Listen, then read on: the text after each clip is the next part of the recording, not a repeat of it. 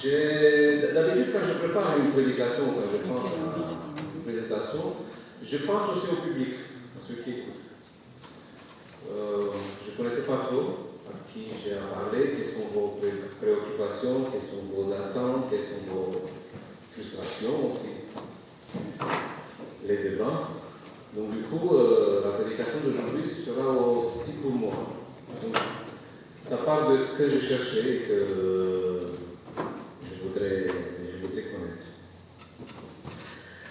L'inflation, tout le monde sait ce que c'est?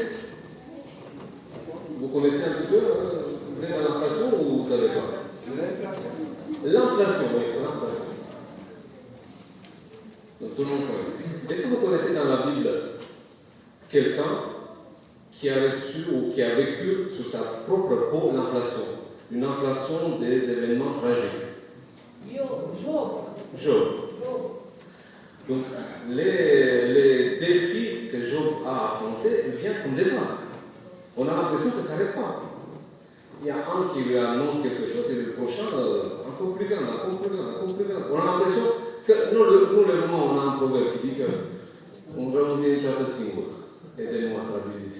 Un mal ne vient jamais tout seul. Il est accompagné. Donc, je voulais vous partager des réflexions sur Job. Mais avant ça, je dois vous parler de deux choses.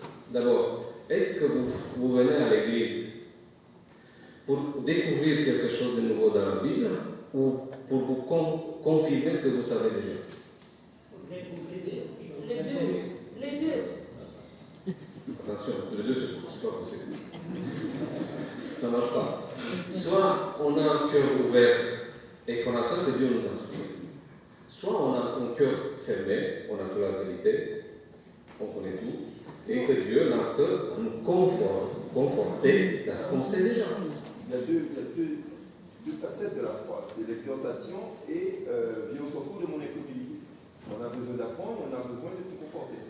Je vous rappelle juste, bon, moi je viens là, le débat. Je vous rappelle juste, il y a une parabole de Jésus, la parabole de la semence, de la petite graine. Elle fait quoi la graine? Elle n'arrête pas de grandir. C'est ça la foi. Elle n'arrête pas de grandir. On ne peut pas dire j'ai toute la foi, je m'arrête parce que je connais tout.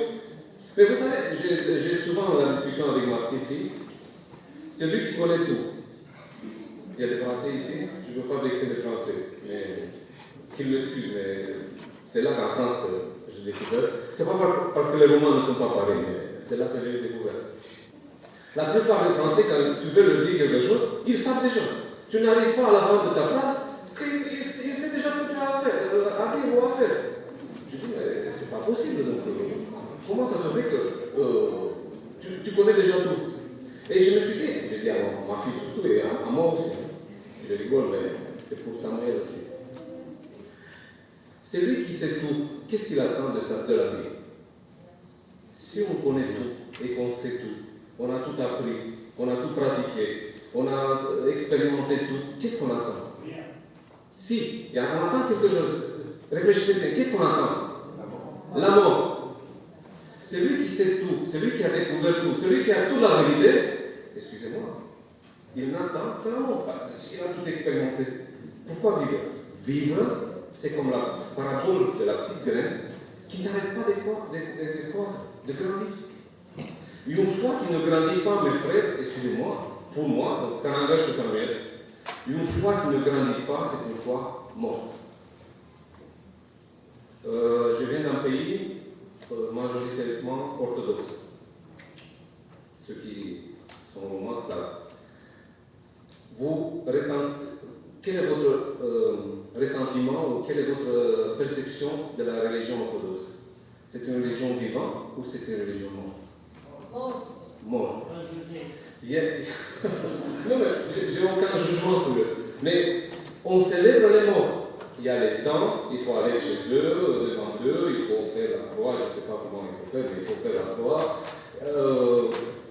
Il faut faire materie, je ne sais pas comment on dit en français. Il faut marcher à quatre pattes, parce que le sang attend de notre part qu'on souffre. Hein, C'est une religion mortifère. C'est pas ça que Jésus nous a donné. C'est pas ça que les adventistes ont à transmettre au monde. Notre religion, c'est une religion vivante, c'est une religion ouverte, qui a toujours quelque chose à apprendre. J'aime pas parce que je m'identifie avec les adventistes, parce que je suis né ici. Je suis comme Obélix, hein. Je suis tombé dedans quand j'étais chrétien. C'est ça ma condition humaine, je suis adventiste, donc je m'identifie. Mais j'ai du mal à accepter notre arrogance, entre guillemets, des fois. Nous, on sait tout, il n'y a rien à apprendre, tous les autres doivent nous écouter, et parce que nous, on a la vérité. Hein. Si on discute avec quelqu'un d'autre, on discute pour lui apprendre la vérité. Hein. Il faut le secouer, il faut lui apporter la bonne nouvelle. Il y a Jésus qui arrive. Je fais partie de ceux qui, je me rappelle à Pèlerinage, des années 90, après la Révolution, j'ai fait ma vie 2 fois à pied, avec des livres, avec la bonne parole. J'ai tapé à toutes les portes 2 fois. Après, on est à l'église, on fait une réunion, on se lave les mains, on enlève nos poussières, on a fait notre boulot, on a averti le monde, maintenant, la conscience tranquille. Est-ce que c'est que ça? Ou il y a quelque chose de plus profond? Je suis toujours émerveillé devant la Bible. Je suis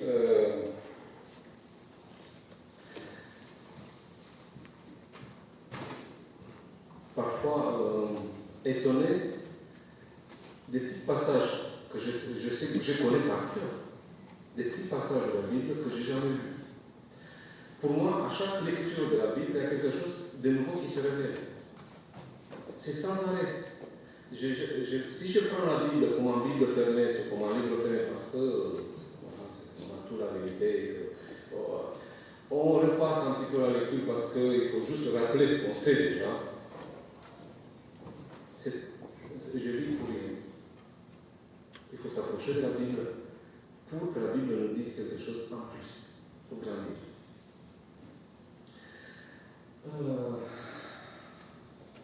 C'est un peu long l'introduction. Est-ce que vous aimez Dostoïevski? Oui. Ça vous dit quelque chose? C'est un écrivain russe, en 19e siècle. Est-ce que vous connaissez, qu'est-ce que ça vous vient comme ça là, tout de suite à l'esprit? Quel livre de Dostoïevski?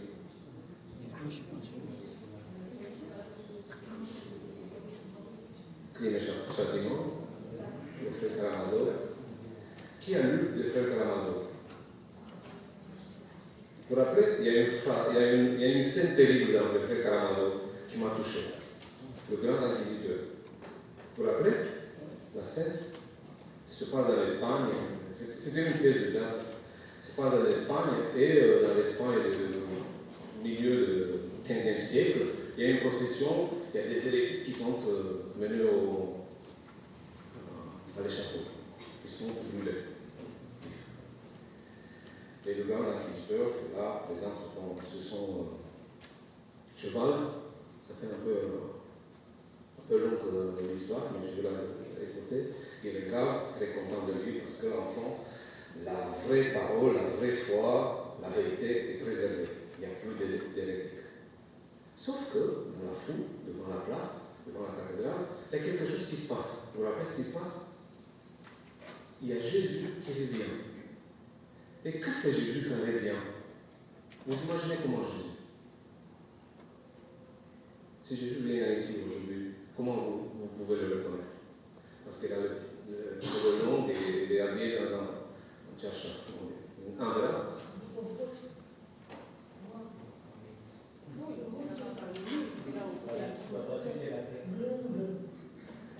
La paix et la guérison, par où il passait, il guérissait des gens.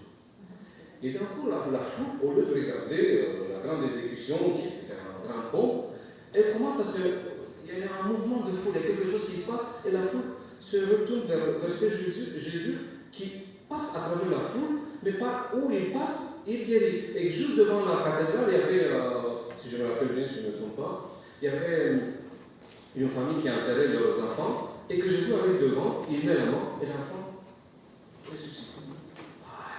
Dans un mouvement de foule. Que fait le grand inquisiteur? Qu'est-ce que vous pouvez vous imaginer? Comment vous pouvez vous imaginer la scène? Si Jésus vient et guérit, il ressuscite quelqu'un, l'institution, un pasteur ou un prêtre, il ferait quoi?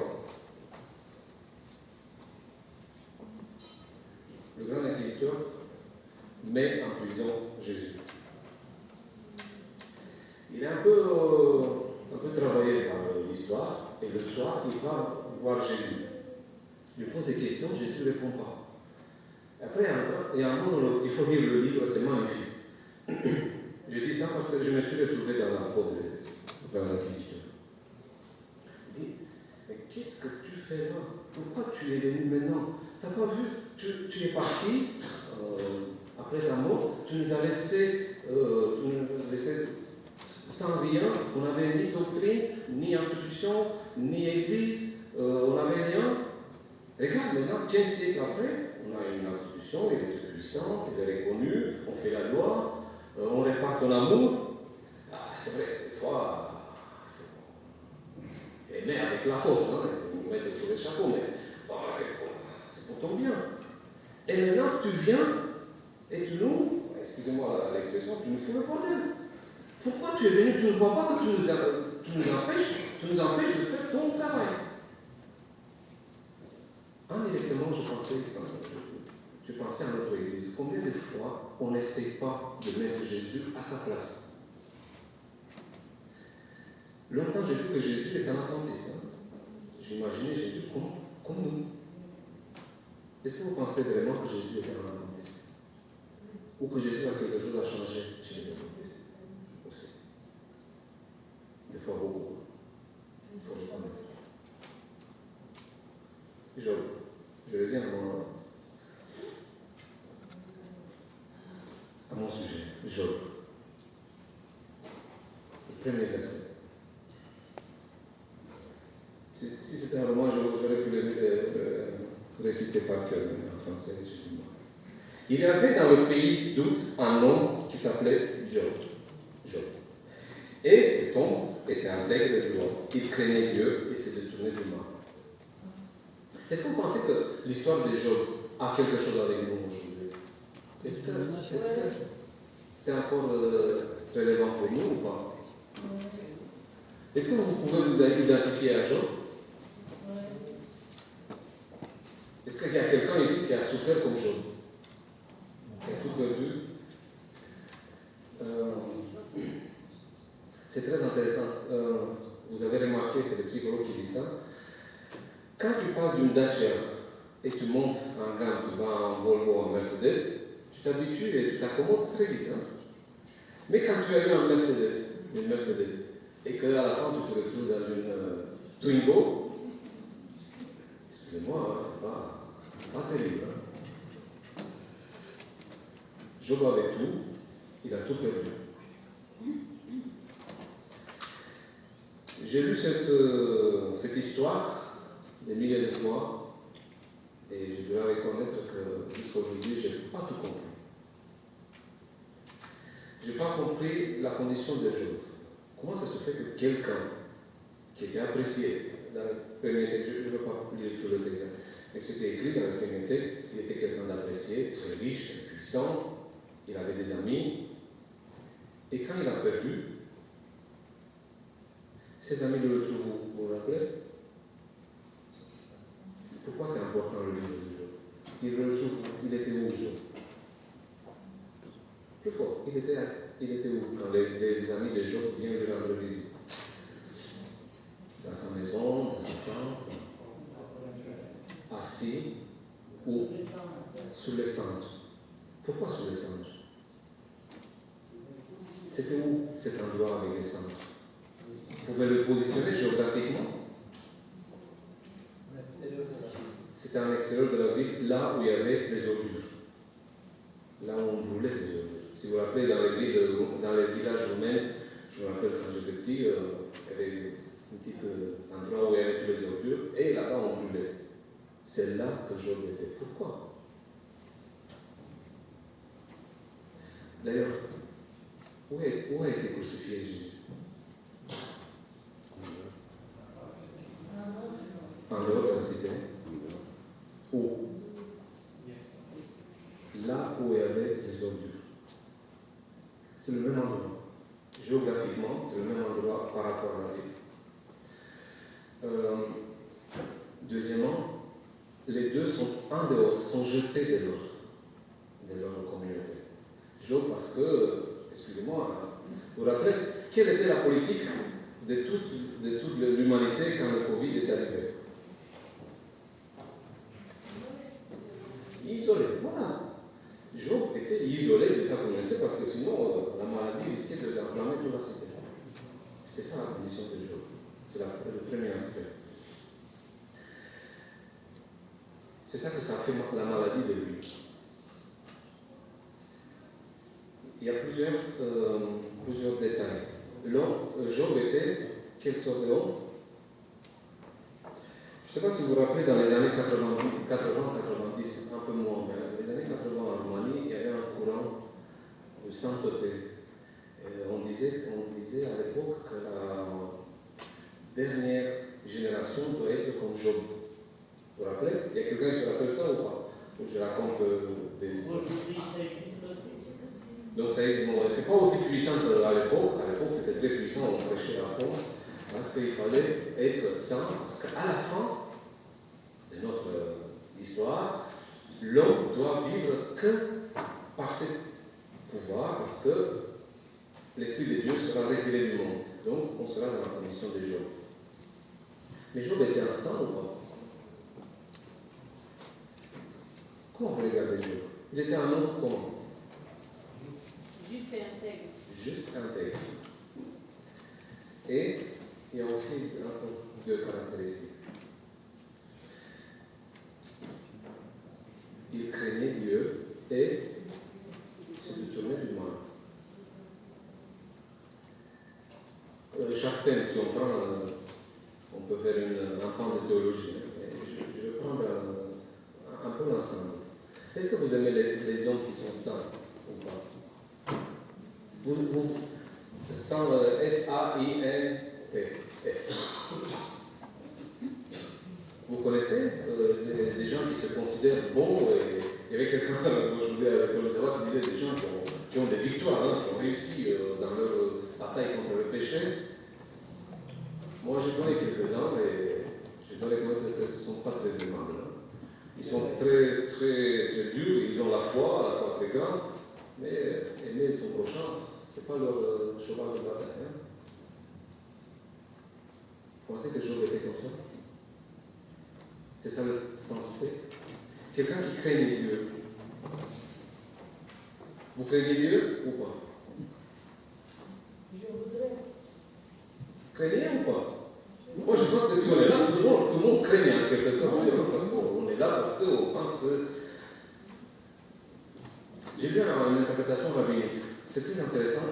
Les rabbins disent que craigner Dieu, c'est pas craigner Dieu parce que. Parce que quoi? Vous savez, est-ce que je pourrais vous présenter là? Il y a une différence entre notre Bible et la Bible hébraïque. Et je pense qu'à partir de là, on a des difficultés à bien comprendre le livre de Job. La Bible hébraïque, c'est à partir de là. Voilà, laissez comme ça. Parce que la Bible hébraïque, ce n'est pas partagé comme notre Bible. La dernière livre des livres hébraïques, c'est 2 Chroniques. Ce n'est pas Malachie.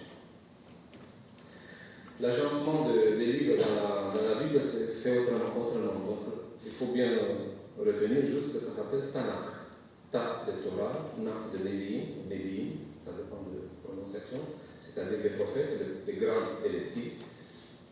Et Nevi, Ketubim, à la fin, c'est ce qu'on appelle les écrits. C'est-à-dire les livres bons à lire.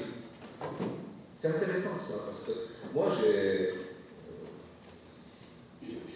un peu du mal à concevoir la Bible ou la parole de Dieu comme la parole d'Allah. Ma Bible n'est pas un Coran. Dieu, dit Ellen White, ne s'est pas mis, c'est pas les paroles de Dieu qu'on retrouve dans la Bible, et que l'homme est invité à participer à la construction de la Bible. Ce sont des gens inspirés, mais qui transmettent un message. C'est pas Dieu qui s'est mis, Ellen White dit, je suis de mémoire, hein, qui s'est mis, Dieu ne s'est pas mis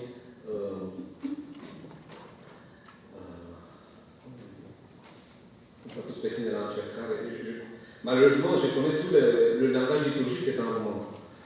Ne sunt stato spesso nella cercare în logică și rhétorique în Bible. Dieu ne s'est pas mis lui-même en défi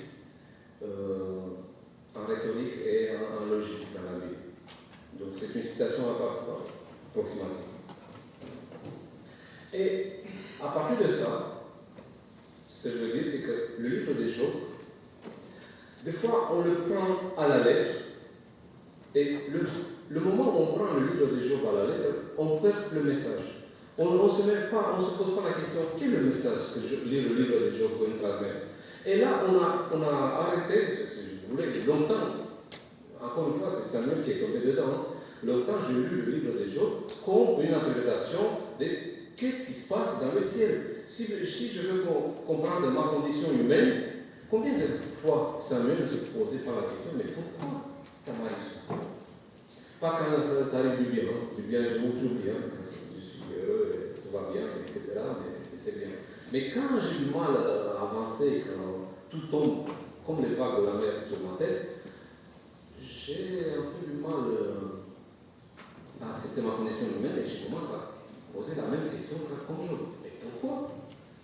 Et j'ai pris les premiers 2 chapitres de Job comme explication. Ah voilà, Dieu discute avec Satan, et voilà, Satan me fait ce qu'il me fait. Si je m'arrête à ça, moi je crois qu'on n'a pas compris le message de Job.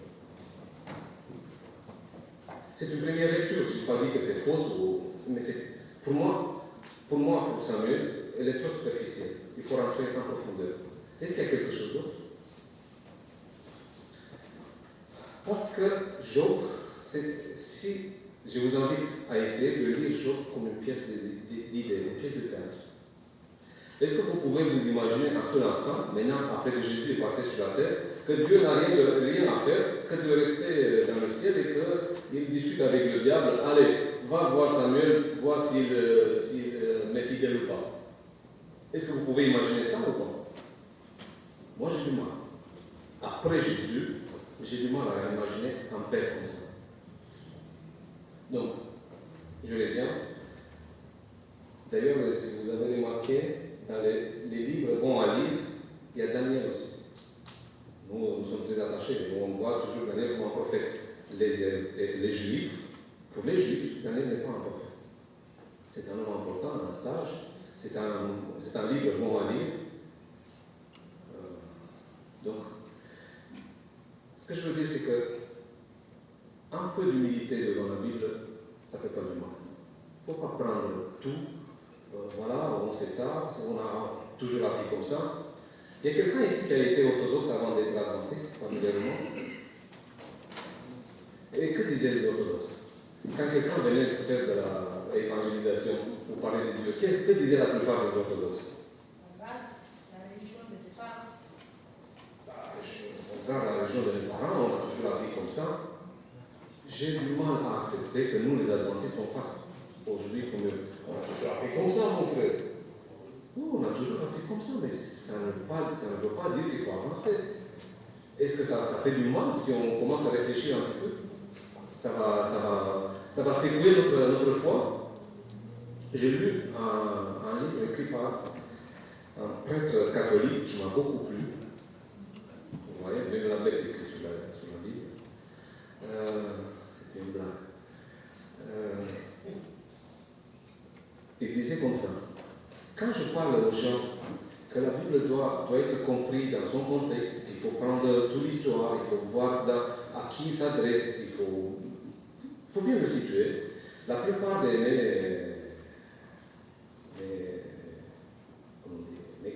mes croyants me disent: voilà, prêtre, mais on va perdre la foi. Et lui, il disait, ah oui, c'est très bien, il faut perdre la foi. Il faut perdre cette foi infantile pour avoir une foi plus mature. Et c'est à ça que je vous invite. Et moi, je pense que jour, c'est à ça que nous invite. À une foi plus mature, plus grande. Avoir un Dieu plus grand. Entre le Dieu des Job et votre Dieu, il y a une différence. Vous avez le même Dieu. Mais le Dieu des amis de Job. Est-ce que vous aimez les amis de Job? Ah, merci. Très adventiste. En fait,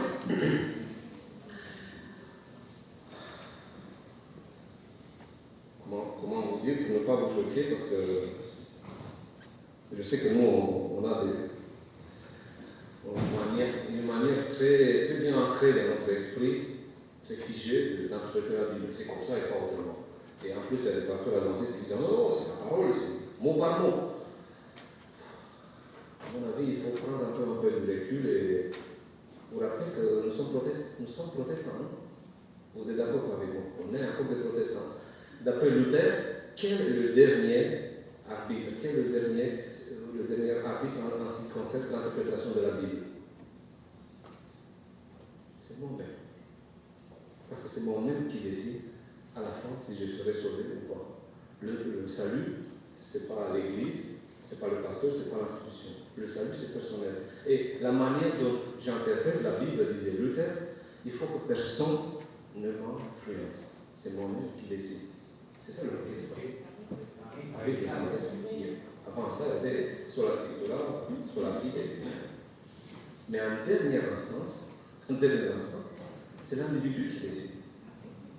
Il ne faut pas oublier ça. Les protestants décident eux-mêmes, le libre arbitre. Je fais ma parenthèse et je retourne à jour.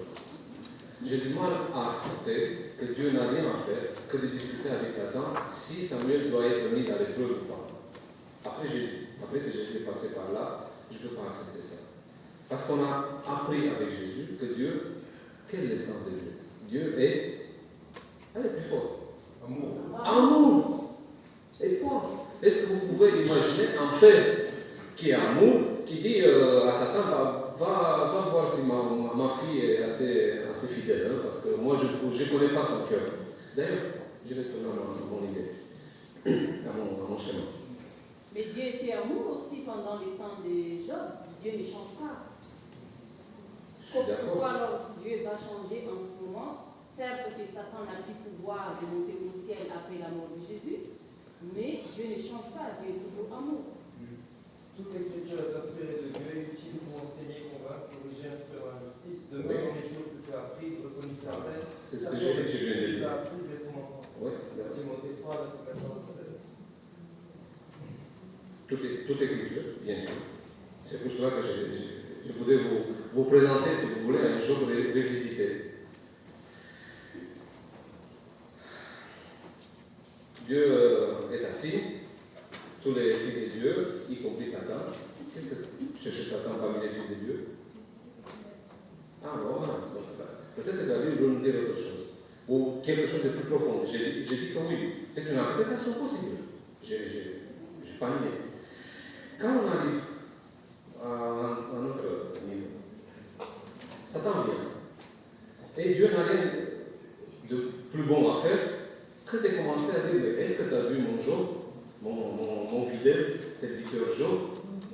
Et Satan dit, oui, et Dieu reprend l'interprétation, si vous voulez, les mêmes caractéristiques du verset 1. Job est intègre, juste, qui craignait Dieu, et se détourne du mal.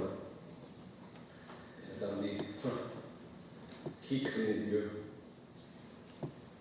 Gratuitement. Quand vous arrivez ici, entre les deux, qui est le plus correct théologiquement? Dieu qui dit, moi j'ai confiance en Job, ou Satan qui dit, moi je connais mieux les hommes. Vous avez confiance en hommes, dans les hommes, ou les femmes, en général? Parce que Dieu dit, malgré tout, tu verras, Job sera fidèle à moi jusqu'à la fin. C'est un peu naïf. Hein. Moi, je connais bien les humains. Les humains, ils sont fidèles jusqu'à l'argent, jusqu'au intérêt, jusqu'au sexe, ainsi de suite. Après, tu verras, tous les principes qui disent qu'ils le gardent seront jetés. Qui connaît mieux l'humain ici? C'est Dieu ou Satan qui connaît mieux? Dieu. C'est lui qui l'a créé. Dieu. Et vous, dans votre relation avec les uns et les autres, vous êtes qui? Vous êtes identifié à qui? Combien de fois, mon frère, on n'a pas dit, ah bah, je n'ai pas confiance en l'homme. Combien de fois, même théologiquement, on a fondé ça? Allez, un texte, allez. Maudit soit. Allez, maudit soit l'humain ou l'homme qui a confiance en l'homme. Et ici, dans l'histoire de Job, qui a confiance en Job? Dieu. C'est autre chose, mais c'est une leçon grande. Si Dieu a confiance en Job, si Dieu a confiance en moi, moi aussi, je suis son disciple et j'ai confiance en l'homme. Souvent, mes frères, trop souvent, on est très méfiants les uns avec les autres. On trouve toujours des défauts. Qui trouve des défauts aux autres? Que dit Dieu sur Job? Quelle est la définition que Dieu donne toujours à Job? Il est juste, il est intègre, il craignait Dieu et se détourne du mal. C'est très intéressant. Je disais au début, dans les années 80 en Mali, il y avait des prédications, il faut vivre comme Job, être ensemble, etc. Il craignait Dieu. Est-ce que Job craignait Dieu pour qu'il soit récompensé? En fait, je reviens un petit peu. Il y a des rabbins qui disent que Job a été pas tout à fait écrit, mais mis en écrit et finalisé. Parce qu'il faut s'imaginer, la Bible n'a pas été donnée comme le Coran. D'un coup, Dieu est venu et il a dicté et puis les autres ont écrit. C'est un long processus où les scribes ou les prêtres, soit les prophètes, on écrit, on réécrit, on réaménage le texte jusqu'à aujourd'hui. Si vous voulez, ça c'est une histoire fascinante. Comment la Bible a été écrite? On a des documents, si vous comparez juste la Septuaginte et le texte massorétique, il y a des différences. Dans le texte massorétique, en Job, les fils de Dieu, en Septuaginte, c'est les messagers. Donc, même eux, les Juifs, ont compris autrement le texte. Donc, c'est un texte travaillé. Et ça a pris longtemps. Pardon? C'est la même chose. Les anges sont les messagers. Oui, on peut dire la même chose, bien sûr on peut. Sauf que le texte de messager s'applique aussi aux humains. S'applique aux anges, mais s'applique aux humains aussi, dans la Septuaginte. Mais tout ça pour dire que ça a pris longtemps et que ça, comment on dit, c'est comme Jésus dit à un moment donné, à droite, comme on dit en français. Quand on fait le pain, la pâte qui monte. C'est ça. C'est l'image de la Bible. C'est une pâte que tu montes, que tu mets, et puis elle monte, jusqu'à la maturation. Pardon? Jésus dit qu'il ne mettait pas de levain des pharisiens. Mais c'est comme une pâte qui grandit. Et dans l'histoire de Job, j'ai trouvé la même chose. Craignez Dieu, c'est pourquoi. Pourquoi vous craignez Dieu? C'est la question. Vous craignez Dieu parce qu'un jour vous serez puni, ou vous craignez Dieu parce qu'un jour vous serez récompensé? Et c'est ça que je voulais tout dire tout à l'heure. Il y a des rabbins juifs qui pensent que le livre de Job a été fini au 5e siècle, donc quand les Juifs reviennent dans le pays. Et ils disent qu'en fait, il y avait une théologie qui était très forte, qui s'est fortifiée à ce moment-là, c'est la théologie de la rétribution. C'est-à-dire, vous reconnaissez ou pas? Si tu fais le bien, Dieu va te donner le bien. Si tu fais le mal, peut-être pas Dieu va te punir, mais Satan va s'en charger. Et le livre de Job est contre cette théologie. On craignait Dieu, si vous voulez, on va jusqu'à la fin. Il y a la question de Socrate aussi. Socrate dit à un moment donné, est-ce qu'on fait le bien pour le bien, parce que c'est bien de faire, ou on fait le bien parce que c'est Zeus qui nous a dit, parce que c'est Dieu qui nous a dit. C'est la même question que Job se pose ici. Est-ce que nous, on fait le bien, on craignait Dieu parce que, oui, Dieu, on t'a craigné, on t'a écouté, voilà, il faut que tu nous donnes la récompense, parce qu'on t'a craigné. Ou on craignait Dieu parce que, vous imaginez, un monde qui n'écoute pas Dieu, qui ne craignait pas Dieu, il n'y aura que des viols, il n'y aura que des tortures, il n'y aura que des vols, il n'y aura que la débandade. Pourquoi on craignait Dieu? Et le texte que je viens de vous lire, de vous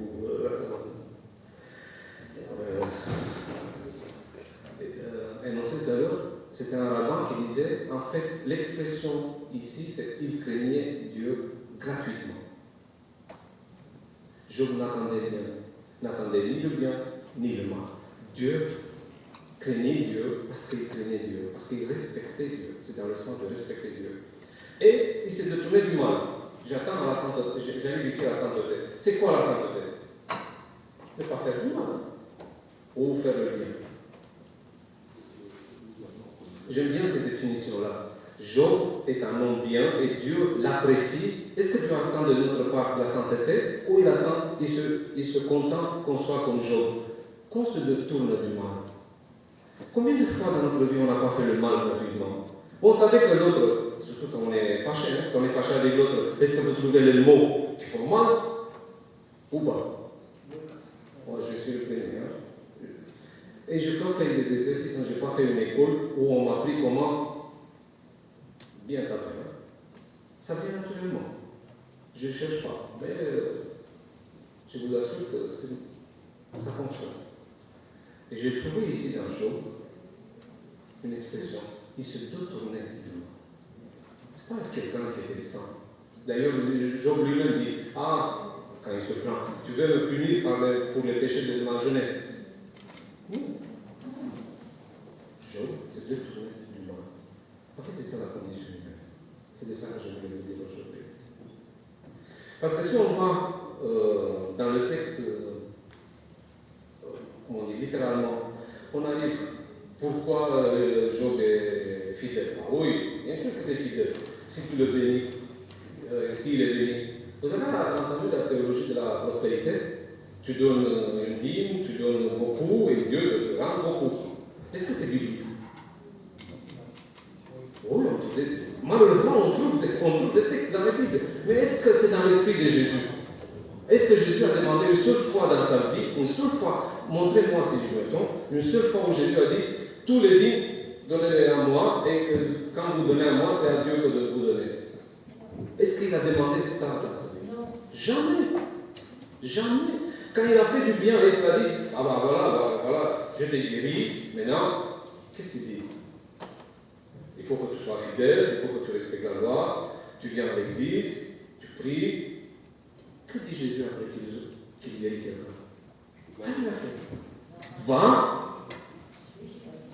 ne pêche pas. Est-ce que je peux remplacer par détourne-toi du mal? Je peux prendre cette liberté. Donc, j'arrive à la description des. J'ai regardé tout à l'heure, mais je ne sais pas l'heure, je ne sais pas où j'en suis. Combien de temps j'en ai encore? 5 minutes?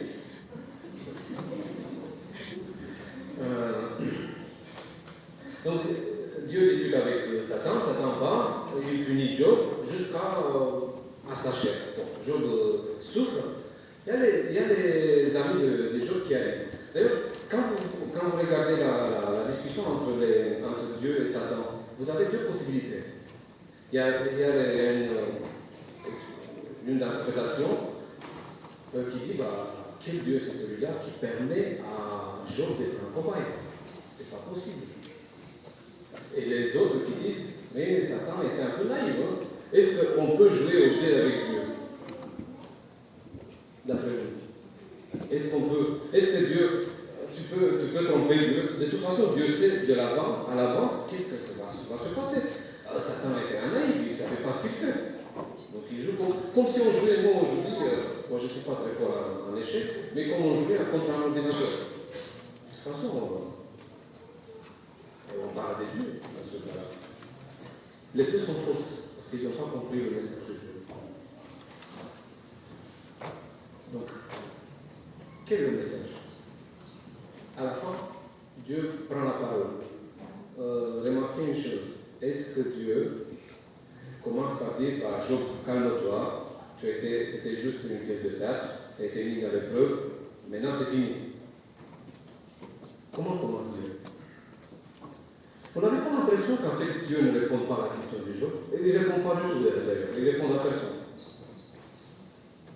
Il commence à dire, est-ce que tu as regardé? Regarde la nature. Et j'aime bien l'expression où il dit, où étais-tu quand j'ai créé le monde? Est-ce que c'est un reproche à Job? Est-ce que c'est un reproche à nous? C'est un reproche aux amis de Job? Aux amis de Job qui, en passant, je suis d'accord avec vous, ça me ressemble. Quand quelqu'un passe par une souffrance, un cancer, on est un peu civilisé, on ne dit pas directement, il y a quelque chose qui ne va pas chez toi, il y a un péché caché. C'est impossible que ça arrive d'un coup. Sauf qu'il y a des médecins ici. Il y a quelqu'un qui a fait médecine ou qui connaît un petit peu. Pourquoi il y a un cancer? Pourquoi arrive un cancer dans la vie, dans le corps d'un humain? Est-ce que vous connaissez la mécanique du cancer? Parce que moi je ne suis pas médecin, mais je me suis intéressé un petit peu. En fait, à un moment donné, il y a des cellules. Le corps change des cellules, donc les cellules meurent et se créent sans arrêt, jusqu'à la mort. Et toutes les cellules qui se créent dans notre corps sont coordonnées par le cerveau. Il n'y a pas une seule qui n'est pas coordonnée par le cerveau. Mais les cellules cancéreuses échappent au contrôle du cerveau. Et alors le cerveau se retrouve avec des cellules qui sont créées par notre corps, qui le prennent comme des ennemis. Alors il le bombarde avec des anticorps. Et vous avez un cancer. C'est ce qu'on appelle un cancer. C'est ça la mécanique interne. Donc, je reviens, quand Dieu répond à Job, en fait, pour moi, jusqu'à aujourd'hui, je n'ai pas compris la logique de Dieu. Qu'est-ce que Dieu veut dire? Pourquoi Job se plaint qu'il est attaqué, qu'il est touché dans sa chair, et Dieu commence à lui répondre par est-ce que tu as vu la nature? Est-ce que tu as vu l'éléphant? Est-ce que tu as vu le dragon? Est-ce que tu as vu le léviathan? Qu'est-ce que c'est le léviathan? On ne sait pas. C'est un animal, un monstre marin, on ne sait pas. Est-ce que tu as vu tout cela?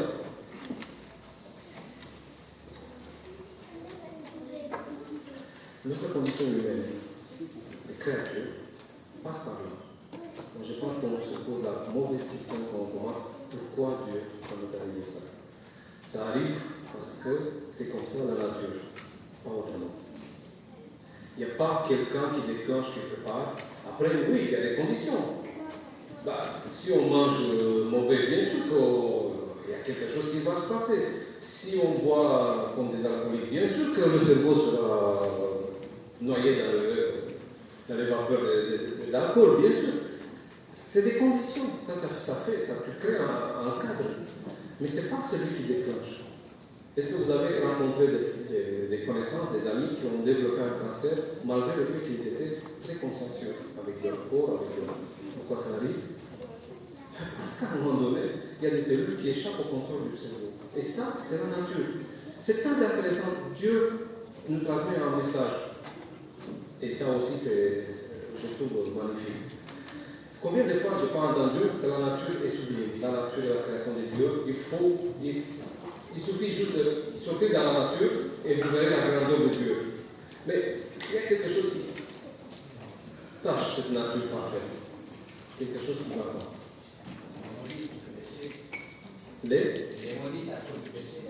Oui, bien sûr, mais le péché de qui? Ce n'est pas la nature qui a péché. C'est l'humain. Donc tout va bien. Regardez. Nous sommes les premiers qui ont prêché ça, mais maintenant il y a les écolos qui crient plus fort que nous. La nature est parfaite, mais il y a l'humain. C'est l'humain qui est égoïste, c'est l'humain qui pense à lui, c'est l'humain qui consomme, c'est l'humain qui met la tête à plat, ou à feu, ou à cendre, etc. Qu'on pollue la nature, etc. Et de toute cette nature, sur qui mise Dieu? Quand Satan arrive et parle avec Dieu, Dieu parle de qui? Il parle de nature, il parle de voilà, elle est magnifique, voilà ce que j'ai fait, ou il parle de l'humain, de l'homme. Il dit, regarde mon serviteur Job. Il y a quelqu'un qui attend que nous soyons parfaits. Et celui-là, c'est Satan. Il y a quelqu'un qui nous reçoit comme nous sommes. Et c'est lui. C'est Dieu. C'est ça, c'est la grande histoire de Job. Acceptez-vous la condition humaine. Et ça, c'est réduit en quelques mots. 3 mots. Soyons justes, intègres, craignons Dieu. Et que je trouve la plus importante, détournons-nous